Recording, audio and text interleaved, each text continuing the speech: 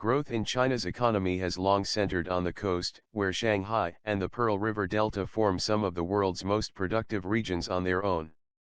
But now that tide of internal migration that drew hundreds of millions of workers from the farm to factory is shifting, and lifting the economic prospects of the country's interior. As big city living costs rise and job openings become less abundant, more migrants are now leaving China's urban centers than new ones arriving, according to Oxford Economics Ltd.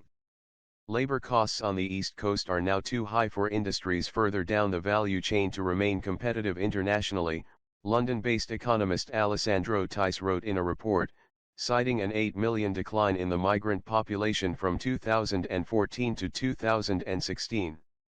The shift should benefit inland provinces, especially in southwest regions like Sichuan, as companies move production to take advantage of lower costs while remaining connected to coastal export hubs and industrial clusters, he said. Southern and northwestern provinces are likely to keep expanding relatively fast as they benefit from catch-up growth, fiscal support, and geographic location, while the northeast is likely to remain the slowest growing region as population declines and coal mining consolidates more in inland provinces, according to Theiss. While the East Coast was hit by slower global trade in recent years, conditions are now improving.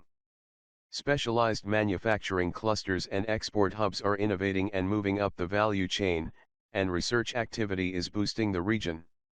That's good news for some of China's biggest drivers.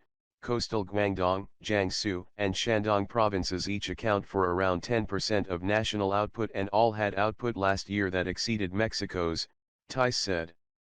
The future looks favorable for East Coast provinces with more mature economies, as well as those in central China. They continue to innovate and to move up the value chain, specializing in advanced manufacturing such as robotics and genomics, and expanding and developing specialized manufacturing clusters, Theiss said. First-class infrastructure, significant R&D spending, large FDI inflows, a rapidly growing domestic market as well as a highly educated workforce should allow them to continue to grow at a solid pace.